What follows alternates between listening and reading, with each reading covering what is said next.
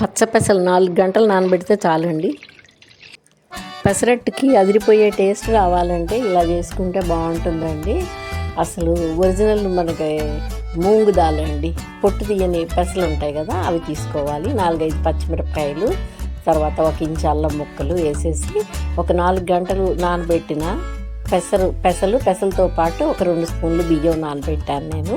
ఆ నానబెట్టిన వాటిని మిక్సీలో వేసుకొని ఇట్లా మరీ మెత్తగా కాకుండా కొంచెం అన్నా మనకి పట్టుకుంటే కొద్దిగా బరక తగిలేట్టుగా గ్రైండ్ చేసుకోవాలి. ఇది నానపెట్టక్కర్లేదు కదండి, అంటే పులవక్కర్లేదు పెసరపిండి. దీన్ని మనం వెంటనే డైరెక్ట్గా వేసేసుకోవచ్చు అన్నమాట.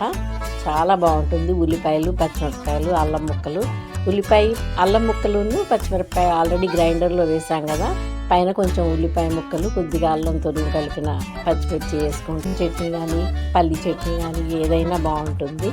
ఇట్లా చేసుకుంటే మనకి ఫైబర్ రిచ్ అండి. ఇది ప్రోటీన్ రిచ్ పెసరట్టు. షుగర్ ఉన్నోళ్ళు అయితే రోజు పెసరట్టు తినొచ్చండి. నైట్ డిన్నర్కి ఒక పెసరట్టు తిని పైన నేను చేసిన పప్పుల పొడి అండి, లింక్ మీకు డిస్క్రిప్షన్లో ఇస్తాను. పప్పుల పొడి కూడా వేసుకుంటే బాగుంటుంది. ఆ పప్పుల పొడి ఇడ్లీలోకి, దోశల్లోకి మళ్ళీనేమో ఈ పెసరట్లలోకి ఇలా టాపింగ్ లాగా వేసుకున్నా కూడా చాలా చాలా బాగుంటుంది. మీరు అది కూడా చూడండి. ఈ పప్పుల పొడి ఇన్స్టెంట్ చట్నీలాగా కూడా కొంచెం వాటర్ మిక్స్ చేసి కలుపుకోవచ్చండి.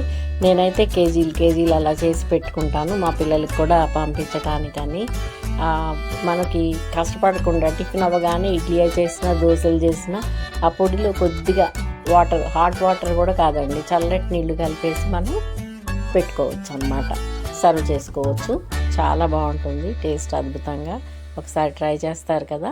ఈ వీడియో నచ్చితే లైక్ చేయండి, కామెంట్స్ పెట్టండి. నా ఛానల్ ఎవరైనా సబ్స్క్రైబ్ చేసుకొని వాళ్ళు ఉంటే సబ్స్క్రైబ్ చేసుకోండి. ఉంటానండి. బాయ్.